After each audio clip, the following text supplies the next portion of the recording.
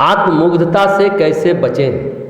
आत्ममुग्धता जानते हैं? आज का प्राय युवा इसी में है। आत्ममुग्ध, अरे हम तो तोप है, बोलता है ना सर। आत्ममुग्धता ही आत्म प्रवंचना है। सच कहे तो अपने आप को धोखा देना है। आपको लगता है कि हम सब कुछ जानते हैं, हम में कोई बुराई नहीं है। अपने को ओवर एस्टिमेट करना, ओवर स्मार्ट बनना, ओवर स्मार्ट अपने को मानना, यही है आत्ममुग्धता। ये समझ का प्रश्न है। आपकी समझदारी कैसी है? समझ क्या है? यहाँ दुनिया में कोई सर्वोपरि नहीं है, एक से एक बढ़कर है दुनिया में लोग।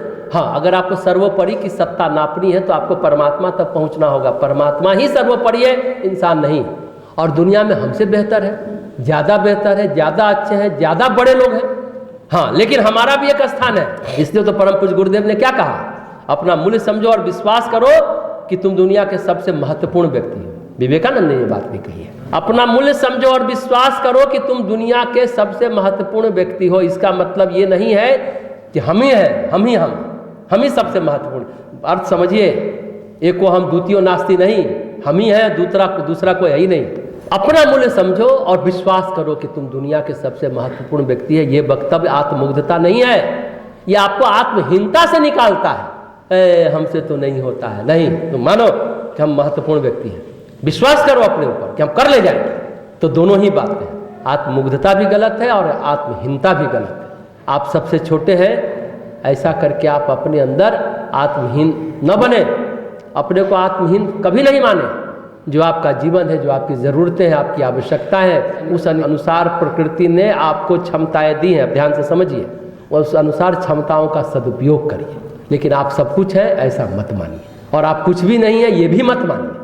हमेशा यह मानना चाहिए कि इस ढंग से विचार करना चाहिए कि आपके जीवन के लिए जो आवश्यक है और जो उचित है इस क्षण के लिए, वो आपके पास है।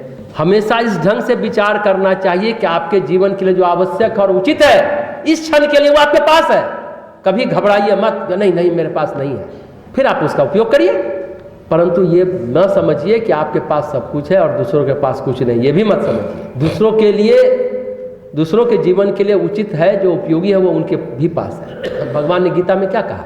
मैं समस्त प्राणियों में समान रूप से हूँ, मतलब ईश्वरीय प्रदत्त क्षमता सब में बराबर है। जो हमने उस दिन भी कहा था, गोरा काला, मोटा पतला, सुंदर असुंदर, गरीब अमीर भगवान बनाया, लेकिन सबको दिमाग बराबर दिया, क्षमता बराबर है। हम कितना उपयोग करते ये हम पर निर्भर है। परमात्मा को कोई न दोस्त है न दुश्मन है, सबको उन्होंने बराबर क्षमता दी है। जहाँ जिसकी आवश्यकता वो क्षमता उस रूप में प्रकट होती है। ये हमेशा सोचिए कि हम सबसे महत्वपूर्ण व्यक्ति हैं। अच्छा, आत्ममुग्धता का सबसे बड़ा उदाहरण कौन होगा? रावण होगा। कैसे? बार बार क्या बोलता है? हर बार बोलेगा मैंने कैलाश उठा लिया, मैंने कैलाश उठा लिया। आत्ममुग्धता है। ये कभी नहीं बोलता कि बाली ने हमको हरा दिया, सहस्त्रबाहु अर्जुन ने हमें हरा दिया, वो कभी नहीं बोलेगा। लेकिन मैंने कैलाश उठा लिया, वो बार बार बोलेगा। आप देखिए कौन है आत्ममुग्ध व्यक्ति? अपने अंदर किसका रावण, कौन रावण है, कितना मात्रा में है, किस अनुपात में है? आत्ममुग्धता से बचने के लिए बस वही बात है, जीवन की समझ को विकसित करिए। अरे हम भी हिमालय उठा लेंगे, हम भी समुद्र लांघ जाएंगे। अरे भाई, आपको इसकी जरूरत है क्या? अगर जरूरत है तो आपको क्षमता मिलेगी। हमको क्या इसकी जरूरत है जो हमें क्षमता मिलेगी? क्यों मिलेगी?